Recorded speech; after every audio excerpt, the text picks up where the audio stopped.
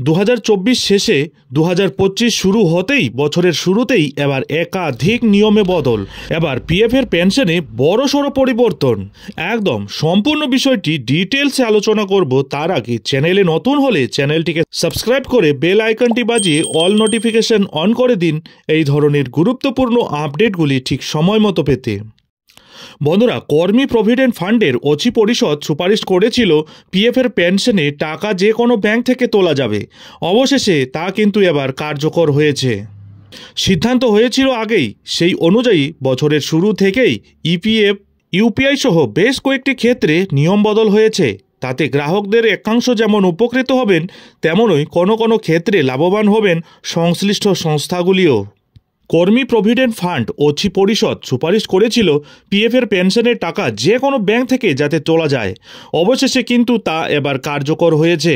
যাদের কর্মস্থল থেকে দূরে বাড়ি এবং অবসরের পরে অন্য জায়গায় গিয়ে প্রকল্পের সুবিধা নিতে হবে, তারা সবচাইতে উপকৃত হবেন।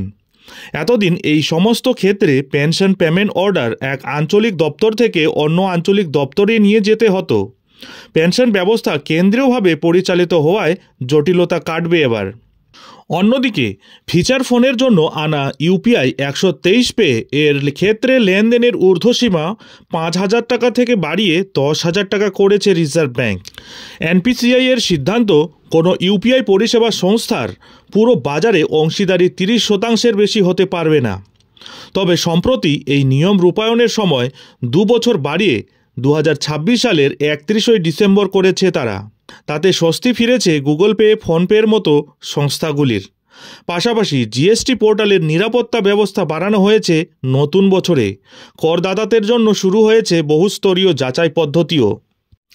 বন্ধুরা, কর্মী প্রভিডেন্ট ফান্ডের অচি পরিষদ সুপারিশ করেছিল পিএফের পেনশনে টাকা যে কোনো ব্যাংক থেকে তোলা যাবে।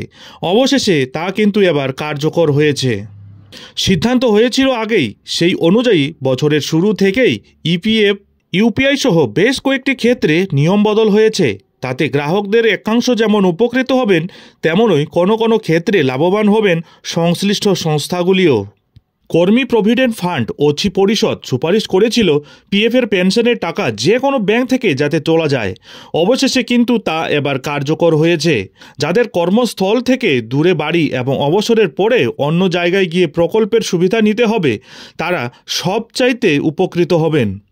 এতদিন এই সমস্ত ক্ষেত্রে পেনশন পেমেন্ট অর্ডার এক আঞ্চলিক দপ্তর থেকে অন্য আঞ্চলিক দপ্তরে নিয়ে যেতে হতো। পেনশন ব্যবস্থা কেন্দ্রীয়ভাবে পরিচালিত হওয়ায় জটিলতা কাটবে এবার। অন্যদিকে ফিচার ফোনের জন্য আনা ইউপিআই 123 পে এর ক্ষেত্রে লেনদেনের ঊর্ধ্বসীমা 5,000 টাকা থেকে বাড়িয়ে 10,000 টাকা করেছে রিজার্ভ ব্যাংক। এনপিসিআই এর সিদ্ধান্ত, কোনো ইউপিআই পরিষেবা সংস্থার পুরো বাজারে অংশীদারি 30% বেশি হতে পারবে না। তবে সম্প্রতি এই নিয়ম রূপায়ণের সময় 2 বছর বাড়িয়ে 2026 সালের 31 ডিসেম্বর করেছে তারা। তাতে স্বস্তি ফিরেছে গুগল পে, ফোনপের মতো সংস্থাগুলির। পাশাপাশি জিএসটি পোর্টালের নিরাপত্তা ব্যবস্থা বাড়ানো হয়েছে নতুন বছরে। করদাতাদের জন্য শুরু হয়েছে বহুস্তরীয় যাচাই পদ্ধতিও।